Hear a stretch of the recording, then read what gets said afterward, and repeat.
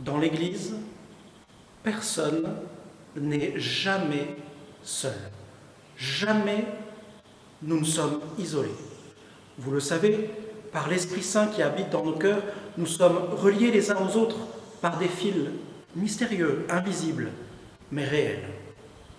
Et pourtant, aujourd'hui, en ces jours, de nombreuses personnes meurent, isolées, seules, dans une chambre d'hôpital, dans une chambre de maison de retraite. Alors qu'allons-nous faire? Nous ne pouvons pas rester comme ça. Il faut y aller. Il faut aller les rassurer, les aider, les assister, leur tenir la main. Oui, allons-y tous. Mais non, vous savez que c'est impossible et que les médecins nous demandent de rester chez nous. Alors, un virus va-t-il mettre en échec la communion des saints? Non. La communion des saints vous est confiée. Elle nous est confiée. Nous allons nous organiser. Nous allons faire que personne aujourd'hui ne meure plus seul. Nous allons aller dans les maisons de retraite. Nous allons aller dans les hôpitaux par la prière.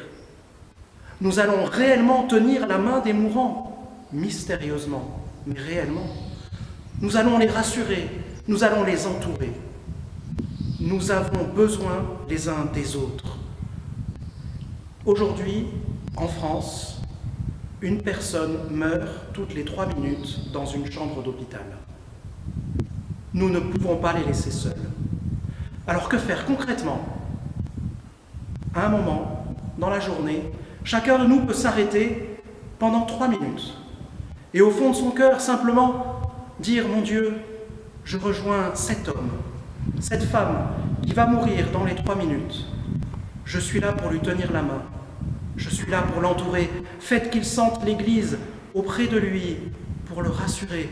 Faites surtout, Seigneur, qu'il sente votre présence, votre miséricorde.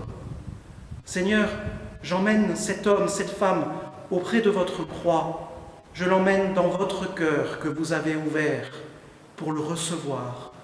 Enveloppez-le de votre miséricorde.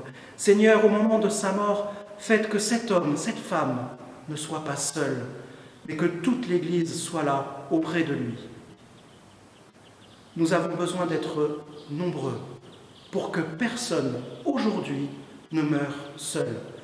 Ces 3 minutes, nous pouvons les renouveler plusieurs fois dans la journée. Nous avons besoin les uns des autres. L'Église est une famille, et cette famille ne doit pas laisser ses enfants mourir seuls.